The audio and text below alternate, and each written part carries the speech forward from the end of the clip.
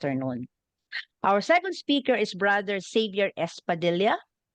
Mr. Padilla has been recognized for his leadership roles in both religious and civic organizations globally, notably as the president of the Sangguniang Laiko ng Pilipinas. He has significantly influenced the missionary families of Christ as both the Home Office Director and International Mission Coordinator, contributing to its internationalization, reach, and support for families. Additionally, his role as president of the Family Rosary Crusade has emphasized the importance of prayer and family. Mr. Padilla has also demonstrated his commitment to societal betterment through various board membership, including the Sangguniang Laiko ng Pilipinas and Tech Work Cooperative, among the other significant positions in different organizations. His achievements have been recognized in several forums, including prestigious conferences and through academic qualifications, like an MA in Religious Studies from Don Bosco Center of Studies, where he graduated cum laude, and an AB in Humanities from Ateneo de Manila University. His efforts in faith-based communication earned him a Catholic Mass Media Award for Best Website, earned him the Catholic, marking his substantial contribution to the Catholic community. So, ladies and gentlemen, let us all welcome our second distinguished speaker, Mr. Xavier Padilla. Thank you for that introduction. Good afternoon. It makes me sound so privileged. And I am truly privileged to be here with you this afternoon at this Catholic Teachers Guild of the Philippines webinar. It's my honor to speak with you this afternoon. I'd just like to talk about the Catholic laity as the president of the Council of the Laity of the Philippines this year and next year for this term. That is something that I can speak about, and our role in the church, the role in the Catholic Church, and how we can actually effect better leadership, keys to our good governance, and to effect change, not only in the Philippine society, but in the world as well. So please allow me to share my screen as we have this presentation.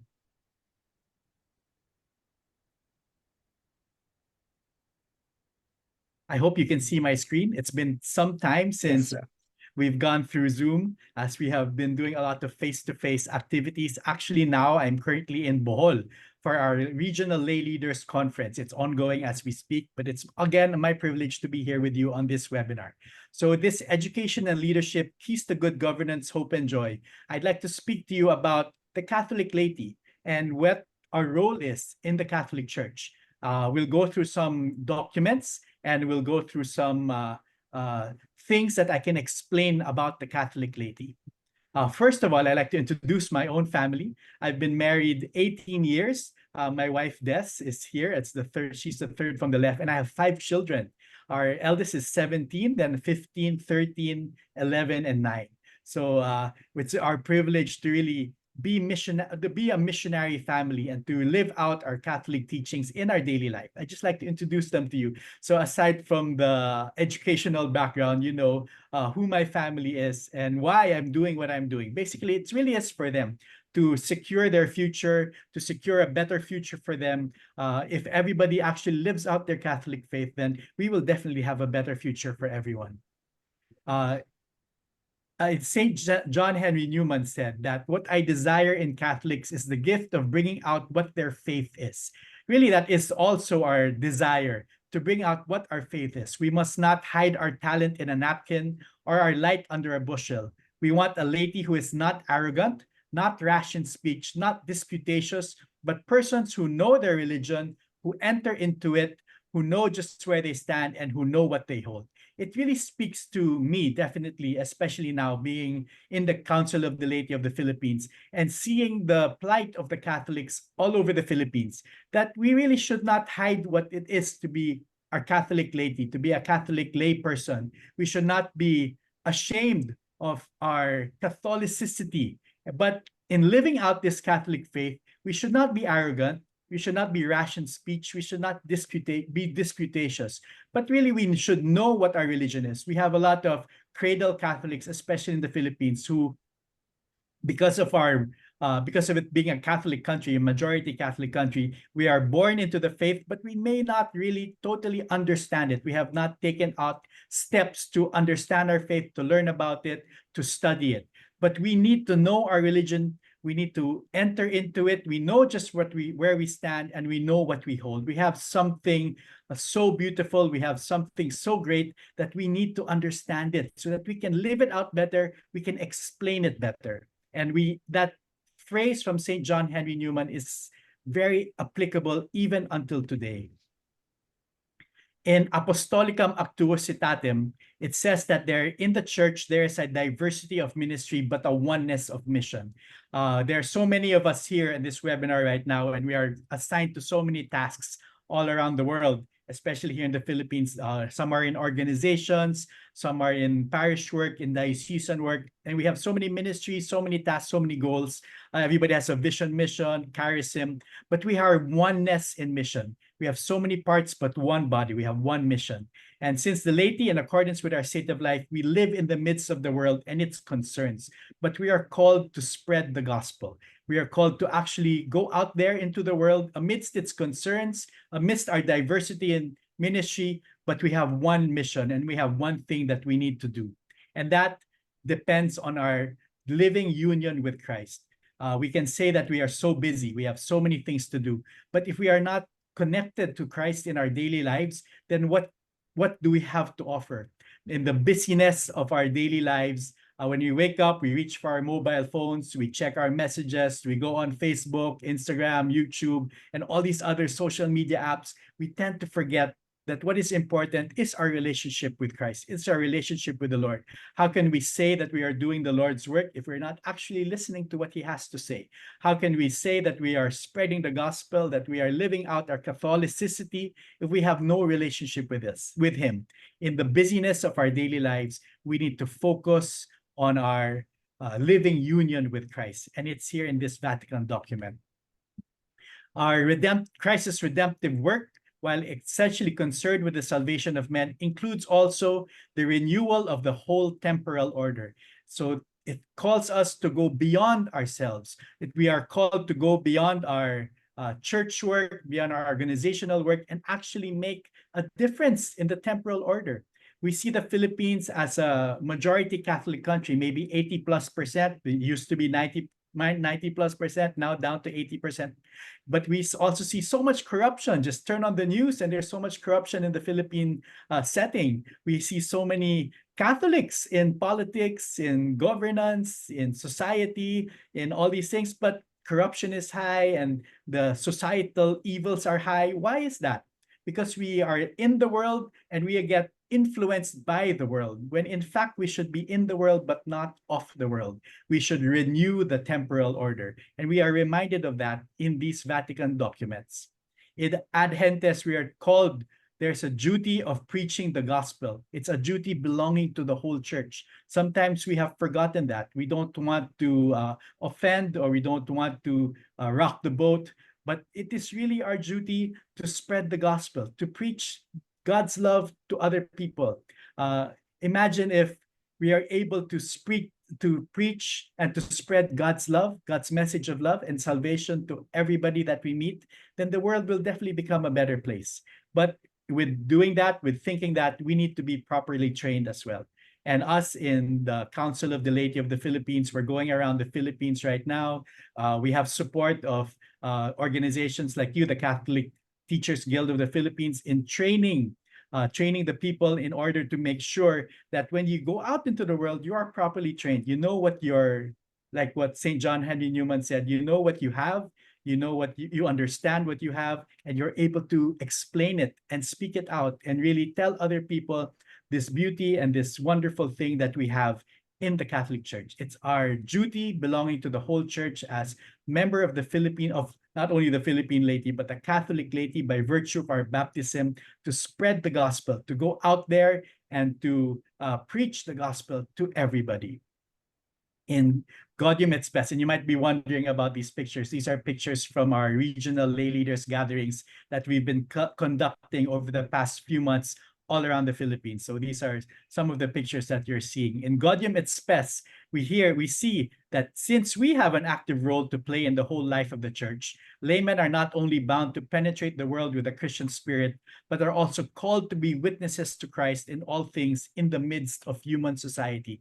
How many of us Catholics out there, when we're in the mall, we're in public places, when it's time to bless the food, we don't even make the sign of the cross anymore because we're so embarrassed, or we're always looking around at what other people are saying or what other people are doing. But really, we should be called to be witnesses to Christ in all things in the midst of human society. We are called to be a light that is born for everybody to see. And we should be proud of it. We should not be embarrassed of it. And in Christi Fidelis Laici, we see that the faithful, more precisely the lay faithful, find themselves on the front lines of the church's life.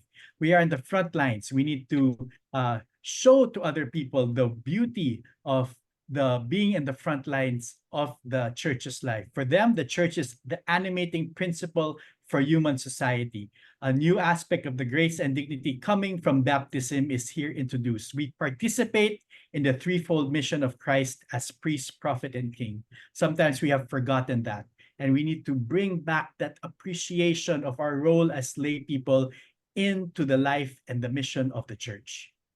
In Evangelii Nuntiandi, we see that modern man listens more willingly to witnesses than to teachers. And if he does listen to teachers, it is because they are witnesses.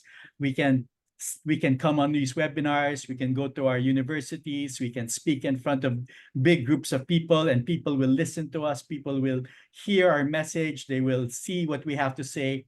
But outside of those big gatherings, outside of being in front of people, when they see us in the crowd, when they see us in the public space, they will see what if we're actually living out what we said we would do. And that's what they will remember. I can talk here about being Catholic and spreading the gospel, but after this webinar, if you see me outside not living out my Catholic faith, then that's what you will actually remember, not what I'm saying here. So modern man will listen more to witnesses than to teachers. And if he does listen to teachers, it is because they are witnesses. And that's something we should always remember, and we should take into heart as we go about educating other people and building up leaders. In terms of education and leadership, some other points that I'd like to make. In education, we are called to make leaders, to be examples of leaders, and to have leaders who are witnesses of hope and joy. You can hear the band outside here in Bohol. But we are called to make leaders. Everybody here has that calling to make leaders. But not only make the leaders, be an example of the leaders we want to make. How else will we build up leaders if we ourselves are not those examples? And in leadership and in making leaders, we should always witness that hope and that joy to other people. Always have that smile on your face, and always make sure that other people see that joy of the Lord in your life. The laity must educate ourselves or be educated. We need to know what we're actually talking about and not just speak off the cuff. We should know the reasons for our faith. We should take up the cudgels of leadership, and we must make an impact that will lead to good governance. We should be that change that we want to see. I think Mother Teresa was the one who said that. Be that change that we want to see. Because if we do not do it, if even in our own way we are corrupt, and we're not paying good taxes, we are not following the rules, then we ourselves are corrupt. How can we advocate for change if we ourselves are not changing for the better? We look to a future full of hope. There definitely is hope in this world. It may not be easy to see, especially with everything that's happening right now. But if we lose that hope, then how can we promote that future full of hope?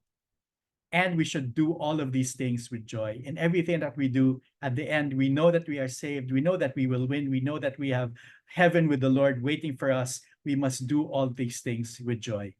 Us in the Sangguniang Laiko ng Pilipinas, or the Council of the Laity of the Philippines, we are celebrating our 75th year next year. And we are definitely one with enjoy with all of you in celebrating this webinar, and hope for more as we continue on our celebration and continue on our work in empowering the Catholic laity to re-energize, reanimate, and really push for a future full of hope, with examples and with education and with leadership that we see from all of you.